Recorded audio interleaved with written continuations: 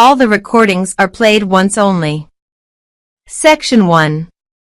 Look at questions 1 to 6.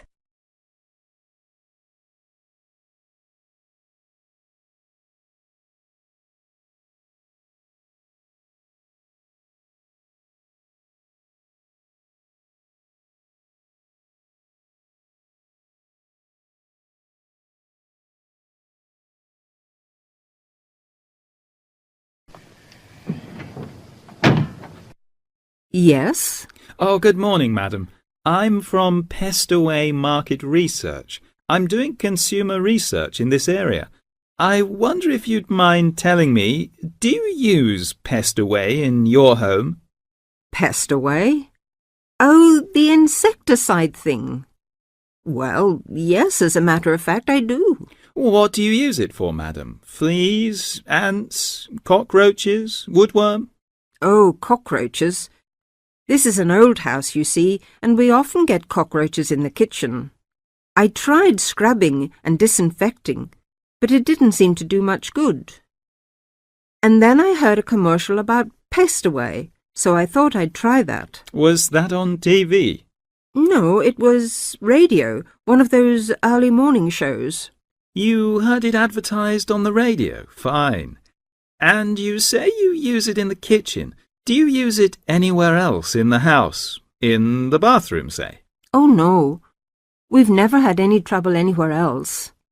We get the odd wasp in the summer sometimes, but I don't bother about them.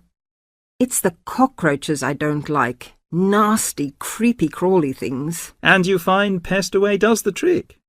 Well, yes, it's quite good. It gets rid of most of them.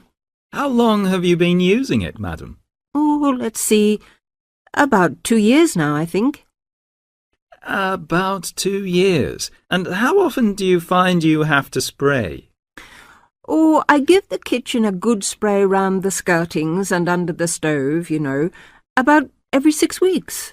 Every 6 weeks or so, I see. Look at questions 7 to 10.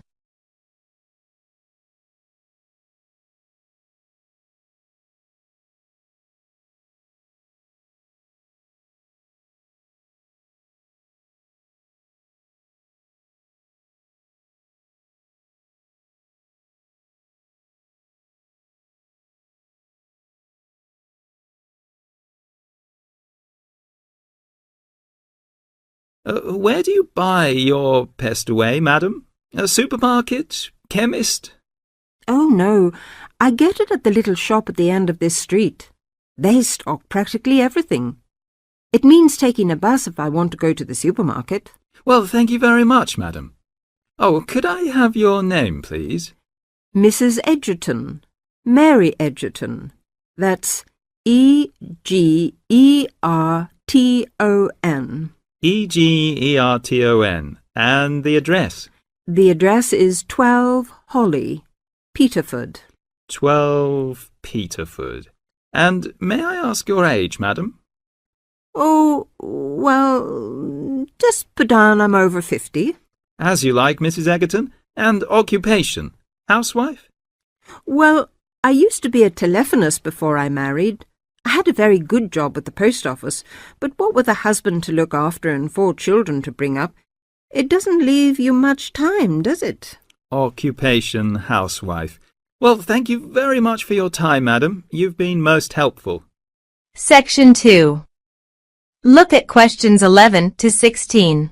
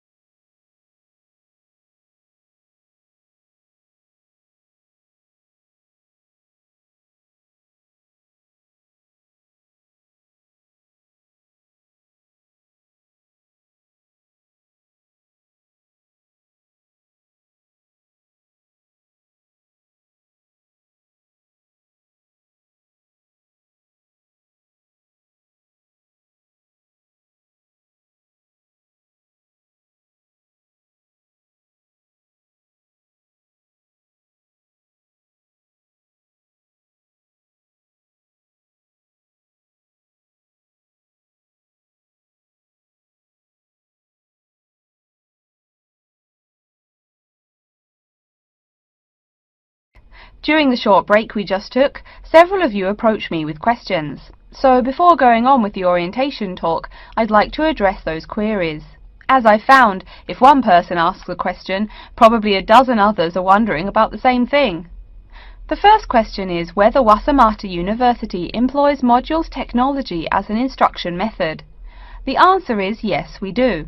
At least that's what the university catalogue says. If some of you don't understand what modules technology is, don't worry. I googled the word but couldn't find it. Apparently though, it's a method of broadband wireless access. At least that's what an American company's website told me. But again, don't worry. If you need to know something more, your professor can tell you. Another question someone asked me was what tomorrow's workshop on research methods and skills was about. Well, research skills include any method you can imagine for finding and presenting any information you need. That's not just schoolwork either. Writing English, the native language for most of you, and finding a job are also research skills. And yes, those will be addressed in tomorrow's workshop. As you know, Wasamata University is one of this country's premier universities for the study of the dismal science, economics. Some of you, it seems, want to get a jump on their classmates. During the break, half a dozen of you came up and asked me where to find economics tomes. I know it's odd, but this school's library holdings are divided up between two libraries. Economics books are in the old library. If you look out of the window behind me, you can see it. It's the red brick building. Oh, before I forget, you economics types also need a lot of math, am I right? Well, those math books are neither in the old library nor in the new one. They can be found in the math department building. Why am I telling you this? Doesn't the invisible hand guide economists? Maybe it's good you asked. In 2008, that hand shoved most of the world economy off a cliff, didn't it? Now, I realize that most of you couldn't bring a computer printer or a photocopier from home. So I'm sure you're already wondering where you can copy things like term papers, internet articles, and things like that. I have some good news and some bad news. The good news is that there are a number of places you can make copies. These include both libraries and the Student Union building. Now the bad news. I'm sorry to say, most classroom buildings and academic departments do not have copiers students can use. So most of the large buildings you see around campus do not have copiers for students. The copiers there are reserved for professors and office staff. Oh yes, I nearly forgot to tell you. If you need to have printing done, all the copiers available to students are laser printers. Plus, for your convenience, you can pay using prepaid cards.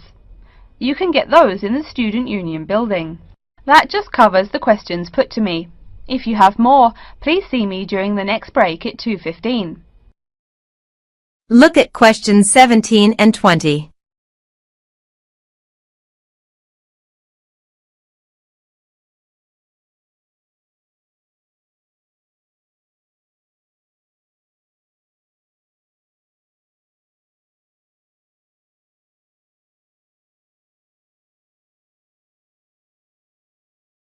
Right now, though, I'd like to start to give you a rundown on the various facilities here on campus. That way you won't get lost so easily in the weeks to come. I've been told that this year's incoming class features a large number of married students and parents. So you must be wondering where to put the baby while you're in class. Okay, right now we're in the Student Union building, right? Remember the big doors in front where you all came in? If you go out of the building, you can see the nursery is just on the other side of this building. It's only about 20 meters away. Convenient, eh? Next, we're all from different places around the country. Some of you are from other countries. That means we're pretty likely to get sick during the first months of school as we expose each other to many new viruses. So where's the doctor? Of course, you need to find the Medical Services Center, which is on the right as you leave the building. Remember, that's the second building on the right. And if you look out of that window, you can see a lot of antenna and satellite dishes on the roof. So that's what we call the Media Center. Yeah, I know, I think it's confusing too. The Media Center is next to the Medical Center. The chairwoman of the journalism school on the first floor doesn't like it when people who wander in there mistake her for a nurse. Chances are you'll have at least one math class while you're here. That red building there, just outside to the left, is the math department building. I know it looks about as old as the subject of math, but I assure you that the inside is equipped with state-of-the-art classroom equipment, including interactive chalkboards and surround sound in every room. Oh, can you see the back building there? Yes, behind the media center. Quite new, isn't it? That's the new library, just decorated. They're back to back, you might say. If you look just to the left of it at the lower, older-looking building, you'll find the old library. It's nice and quiet, perfect for those marathon study sessions during exam week. Since the weather is so nice, why don't we stop looking at our maps, but go for a walk around the campus? Section 3. Look at questions 21 to 25.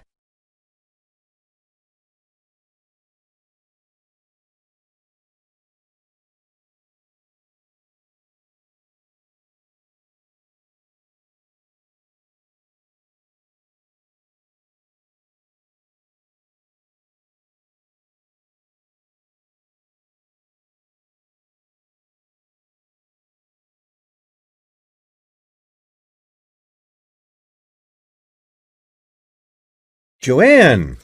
Hi, you must be Rob. Nice to meet you. So, I hear you're planning to visit Australia.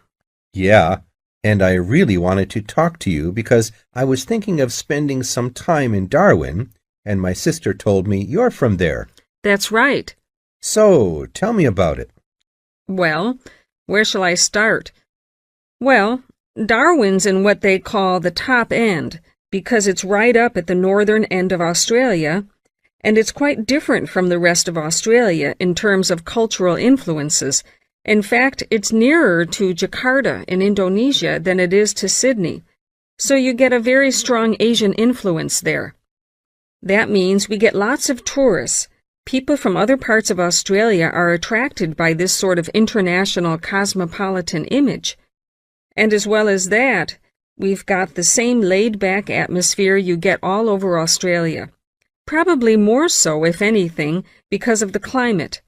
But what a lot of the tourists don't realize until they get there is that the city's also got a very young population. The average age is just 29, and this makes the whole place very buzzy. Some people think that there might not be that much going on as far as art, music, dancing, and so on are concerned, because it's so remote. I mean, we don't really get things like theater and opera in the same way as cities down in the south, like Sydney, for example, because of the transport expenses. But in fact, what happens is that we just do it ourselves. Lots of people play music, classical as well as pop, and there are things like artist groups and writers groups and dance classes. Everyone does something. We don't just sit and watch other people. You said it's very international. Yeah, they say there are over 70 different nationalities in Darwin. For instance, there's been a Chinese population there for over 100 years. We've even got a Chinese temple. It was built way back in 1887, but when a very bad storm, a cyclone in fact, hit Darwin in the 1970s, it was almost completely destroyed. The only parts of the temple that survived were part of the altars and the stone lions, but after the storm, they reconstructed it using modern materials. It's still used as a religious center today, but it's open to tourists too, and it's definitely worth going to see it. Oh, and as far as getting around goes, you'll see the places that advertise bicycles for hire, but I wouldn't recommend it. A lot of the year, it's just so hot and humid. Some tourists think it'll be fine because there's not much in the way of hills and the traffic's quite light compared with some places, but believe me, you're better off with public transport. It's fine and not expensive. Or you can hire a car, but it's not really worth it. What's the swimming like? Well, there are some good beaches, but the trouble is that there's this nasty creature called the box jellyfish, and if it stings you, you're in bad trouble. So you have to be very careful most of the year, especially in the winter months. You can wear a lycra suit to cover your arms and legs, but I wouldn't like to risk it even so, personally. And there are the saltwater crocodiles, too. I mean, I don't want to put you off, There are protected swimming areas netted off where you'll be safe from jellyfish and crocs, or there are the public swimming pools. They're fine, of course. Look at questions 21 to 25.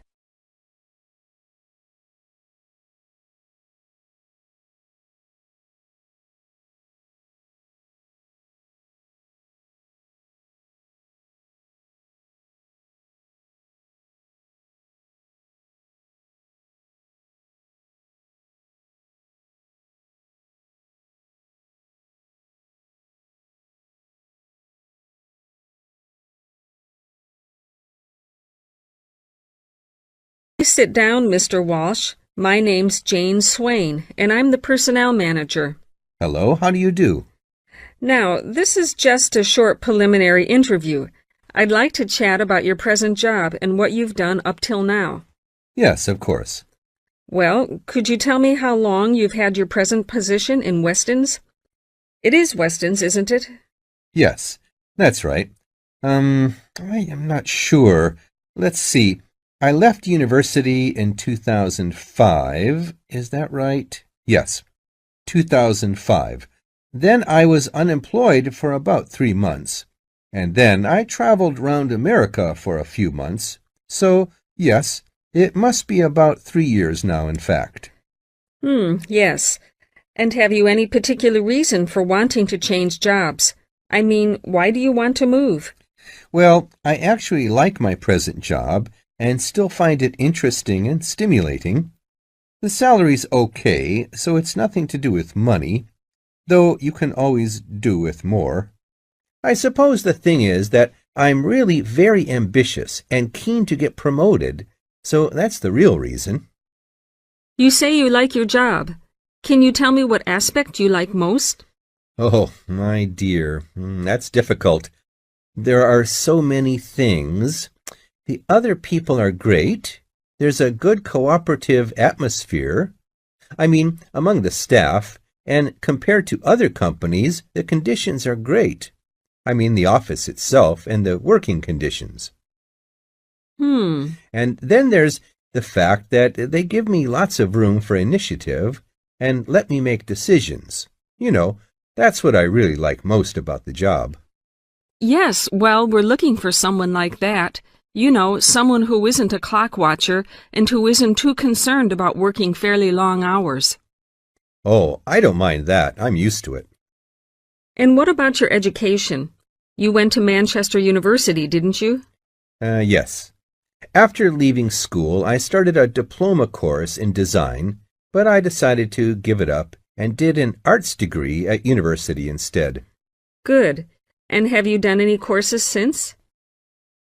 You have some time to check your answers from 21 to 30.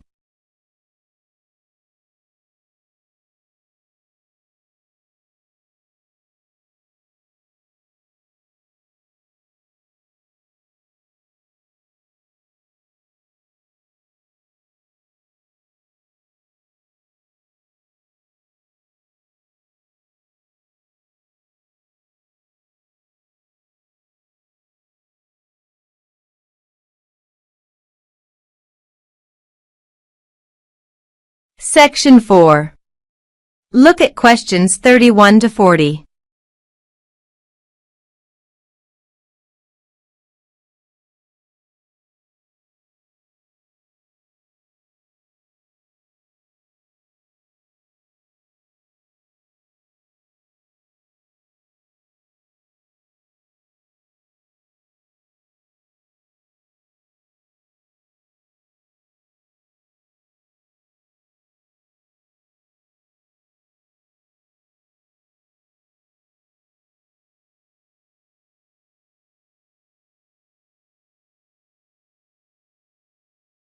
Riverdance is not just an expression of self-confidence, a kind of culturally interesting pop song. It tells the story of a people through song and dance. It tells the story of the people whose spirit was broken by an event which occurred in the middle of the 19th century, but continued to affect the society until 1961, the Great Famine. What is a famine? In 1840, the official population of Ireland was 8 million. They were largely poor and living in the countryside. They were beginning to have an interest in independence, and perhaps had things been different, Ireland might have been independent much earlier. But there was a serious problem in the agricultural system. All crops were grown to pay the rent of the land, and all that was grown to eat was the potato. This was fine until the potato crop failed, as it did from 1845 to 1848. The stories of what happened in those times live on in the popular culture of Ireland, and I won't tell them here, but the result was that 2 million people died or left the country by 1851. When you realise that the population continued to go down until 1961, you can realise what a disastrous effect this famine had on the people. Compared with China, imagine if the famine of 1960 reduced the population by a quarter and it kept falling to less than half of its pre-famine figure. Anybody with ideas left and went to England, America or Australia. The people left behind were broken by their experiences and, in effect, the famine and its consequences put an end to all serious development in the country until well into this century.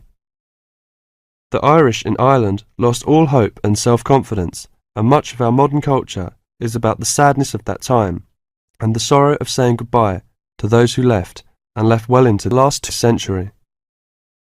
Ireland has the highest emigration rate of any country in Europe for the last 2 centuries. We even have an expression for this saying goodbye. It is called the American wake. It means the ceremony, like that of a funeral for someone going to America, because you will never see him or her again. Do you know why there is Irish music on the film Titanic? It is because most of the people killed were Irish. The leaving continued until the 1970s because independence in 1921 was followed by a civil war and an economic depression. Almost every family in Ireland has relatives abroad, and up till the 1960s in some places, of a class of 30 graduating from high school all left. Along the west coast, closed-up houses from that time falling into ruin are still common. You have some time to check your answers from 31 to 40.